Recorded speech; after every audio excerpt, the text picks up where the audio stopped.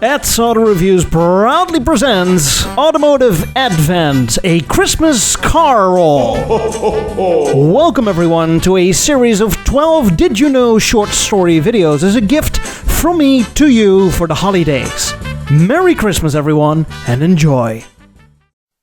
The business that we now call modern-day camping emerged in the first half of the 20th century, although it was more a thing for the rich and famous who could afford it, and could afford going on holidays in general. But over the years, and even today, in general, camping can be seen as a more budget-friendly way of going on vacation. What greatly contributed to these changes were the rise of recreational vehicles, or RVs, which especially dropped in price in the 1960s.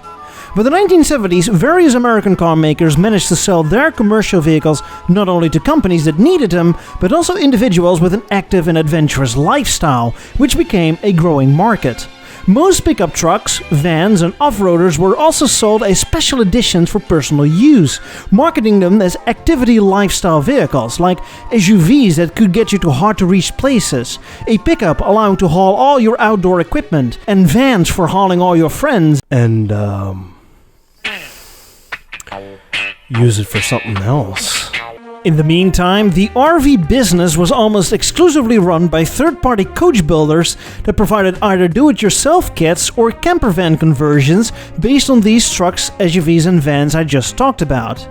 And then there were RV companies that built their own custom living quarters on top of a frame from a van or a bus, usually provided by a regular car maker. But all these conversions have in common that they are front-engined and rear-wheel drive, so you do have a drive shaft to take into account, which results in tall and top-heavy cars with aerodynamics of a granary and the aesthetics that make a Citroën H van look more like an art piece.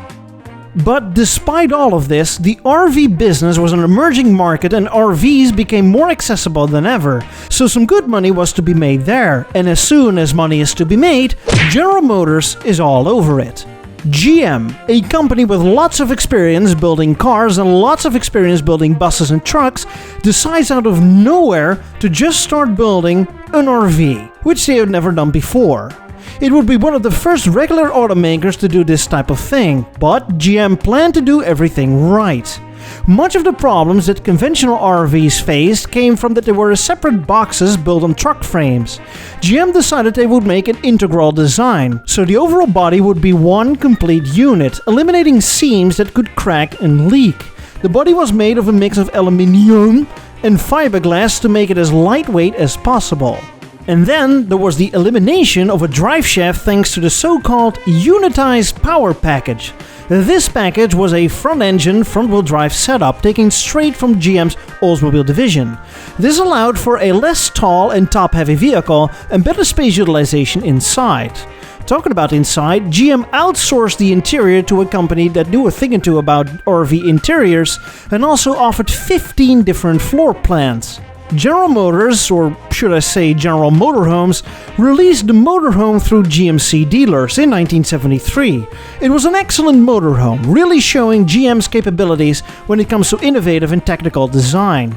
It was also praised for its overall driving dynamics and very modern and aerodynamic design. It just didn't handle like a barn, but more like a modern-day car. It was essentially the Corvette of motorhomes. So why did they only sell just under 13,000 of these? Well, the GMC Motorhome was released right around the time of an oil crisis.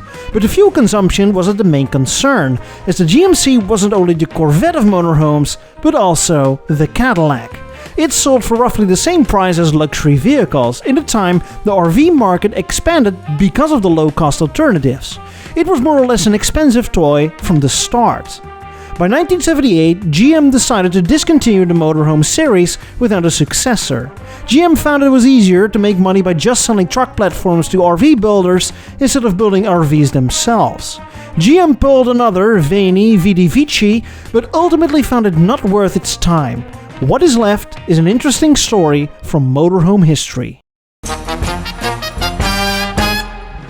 ho, ho, ho.